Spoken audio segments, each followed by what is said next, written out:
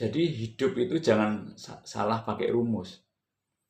Hidup itu jangan salah pakai rumus. Rumusnya satu, hidup ya, rumusnya hidup. Setelah kita tidak ada masalah dengan diri kita tidak ada masalah dengan ibu dan ayah, kemudian mertua, tidak ada masalah dengan istri dan anak, kepada guru dan saudara dan orang lain. Itu syaratnya jangan ada masalah dulu. Kalau mau Gusti Allah, jangan ada masalah dengan manusia. Karena manusia itu ciptaannya Gusti Allah. Nah kita mau ke Gusti Allah kok ada masalah dengan yang diciptakan itu. Ya podo karo masalah sama Allahnya.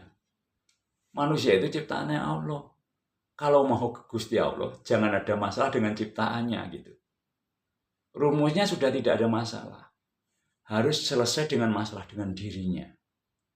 Selesai masalah dengan diri kita, setelah selesai dengan masalah diri kita, sudah menemukan damai dalam diri, kemudian jangan ada masalah sama ibu dan ayah, kemudian berikutnya mertua. Kemudian istri harus berbakti sama suami. Suami jangan mengkhianati istri, harus setia pada istri. Itu rumus. Selama suami tidak berbakti sama ibu, istri nggak berbakti sama suami, pasti masalah hidupnya. Kalau pengen nggak masalah, suami berbakti sama ibu dan ayah, kemudian mertua. Harus suami. Lah istri harus berbakti sama suami. Karena surganya istri di kaki suami. Surganya suami di kaki ibu kita. Ayah dan mertua itu tambahan.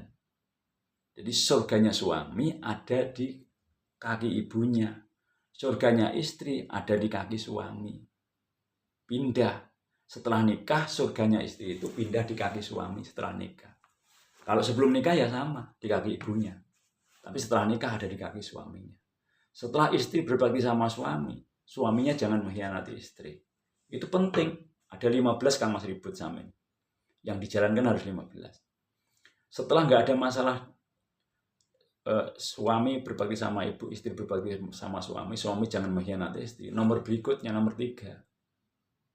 Nomor 3, jangan nyakitin orang. Karena kita mau ke Gusti Allah, nyakitin hamba Allah ya sama dengan Allah nggak terima. Keempat, kalau punya utang beres. Kelima, rajin sedekah. Keenam, jujur. Ketujuh, ikhlas. Kedelapan, sabar. Kelima, nerimo. Ke-10, pandai bersyukur. Ke-11, bekerja, berusaha, komitmen tanggung jawab. 11, etika sopan santun. 12. 13, jangan molimo. 14, eling Allah 24 jam. Nomor 15, pasrah total sama Allah. Pasti melewati 15 itu menemukan surga dunia. Pasti melewati surga dunia. Melewati 15 macam itu. Kemudian itu syaratnya. Lewatnya ihdinas siratal mustaqim di dunia. Ihdinas siratal mustaqim di dunia itu orang yang pikirannya lurus, penglihatannya lurus, hidungnya lurus, lisannya lurus, telinganya lurus, tangannya lurus, hatinya lurus, kakinya lurus. Itu ihdinas siratal mustaqim di dunia. Dari ujung rambut sampai ujung kaki belajar lurus. Dari perbuatannya, omongannya positif, hidungnya positif, penglihatannya positif, pendengarannya positif, pikirannya positif, hatinya positif, tangannya positif, tidak maling, tidak korupsi, langkahnya langkah positif. Itu ihdinas siratal mustaqim di dunia. Harus ketemu di dunia, ketemu ihdinas siratal mustaqim dulu, dilakukan dulu. Nanti di akhirat tinggal enaknya. Surga dunia itu tadi. Surga dunia itu harus melewati itu ibu dan istri tadi. Ada 15 macam tadi. Pasti menemukan surga dunia. Hidup seperti ada di surga. Karena orang itu yang mengarahkan pikiran ke Allah, hati ke Allah, dunia yang melayani kita. Tinggal buktiin. Pikiran tiap detik ke Allah, hati ke Allah. Ya Allah, ya Allah, ya Allah, ya Allah, ya Allah. Tiap detik.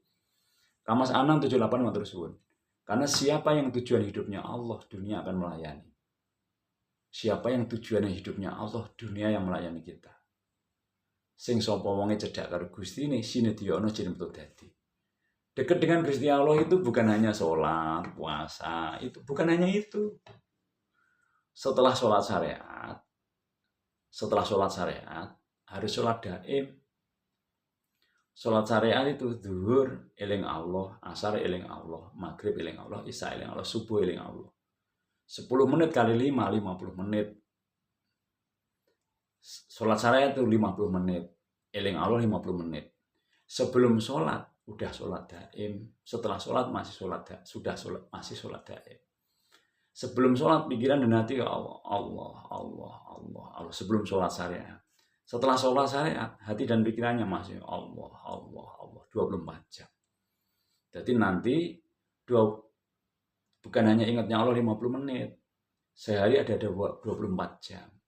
24 jam dikurangi 50 menit, masih 23 jam 10 menit. Kalau ingatnya Allah pas sholat syariat, berarti baru 50 menit iling Allah. Yang 23 jam 10 menit lupa Allah. Sedikit. Itu Kang Mas. Jadi tiap detik pikiran mengalah Allah, Allah. Pikirannya nggak boleh susah. Nanti kalau susah walain kafartu min adzabil syadid. Hatinya nggak boleh ngeluh. Walaupun sulit, tapi jangan ngeluh. Seneng. Diciptakan dulu. Alhamdulillah, alhamdulillah, alhamdulillah. Istri dibilangin, sesulit apapun tetap alhamdulillah. Sesulit apapun tetap bersyukur. Nanti datang rezeki. Saya bukti ini.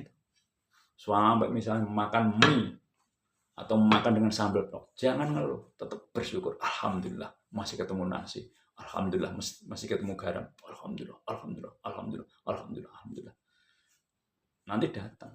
Siapa yang mengarahkan pikiran dan hati ke Allah, siapa yang tujuan hidupnya Allah, dunia akan melayani. Buktikan, Gusti Allah itu ada. Masalahnya kita kadang kurang yakin, kita nggak sungguh-sungguh. Sungguh-sungguh itu kalau berdoa sampai 30 menit, sampai 1 jam. Doa itu sampai 3 jam, sampai 1 jam, 2 jam. Ya Allah, saya minta kerjaan, ya Allah. Kalau pas nganggur, saya minta kerjaan, ya Allah. Saya minta kerjaan. Yang belum punya istri, ya Allah, saya minta istri, ya Allah. Saya mohon istri. 1 jam tiap hari, sampai punya istri. Yang belum punya anak, ya Allah, saya mohon anak, ya Allah. Mohon anak, ya Allah. Tiap hari. Saya 2 bulan itu punya anak. Tadinya 05 tahun. 05 tahun belum punya anak. 2 bulan doa, ya Allah, mohon anak, ya Allah. Tapi ya usaha yang lain. Peranakannya diturunin, nyari kelapa yang mentelem-mulon, makan toge. Semua orang tua yang nyuruh apa dilakukan. Pikirannya senang, hatinya senang. Minta istri 2 minggu. Ya Allah, mohon istri, ya Allah. Karena saya nakal, kena karma. Jadi orang yang nakal itu kena karma. Saya nyari istri sulit, karena saya kena karma.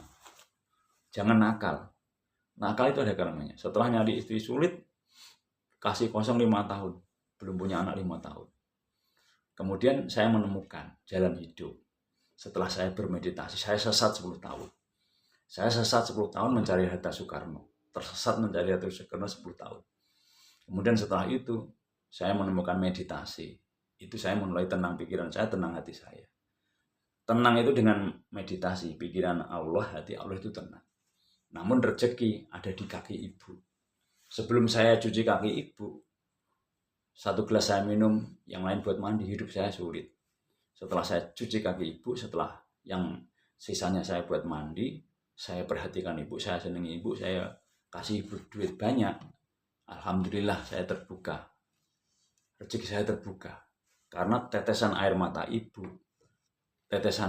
ibu itu membuka anak-anaknya yang tertutup.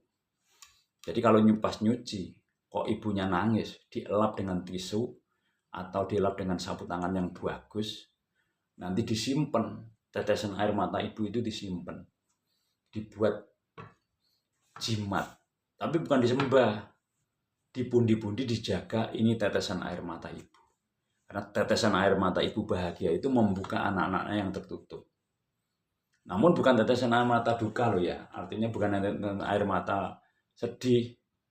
Anaknya susah dibilangin sampai nangis. Nah itu durhaka namanya. Ibu bangga bahagia dengan kita sampai nangis. Tetesan air mata ibu bahagia membuka anak-anaknya yang tertutup. Selamat membuktikan.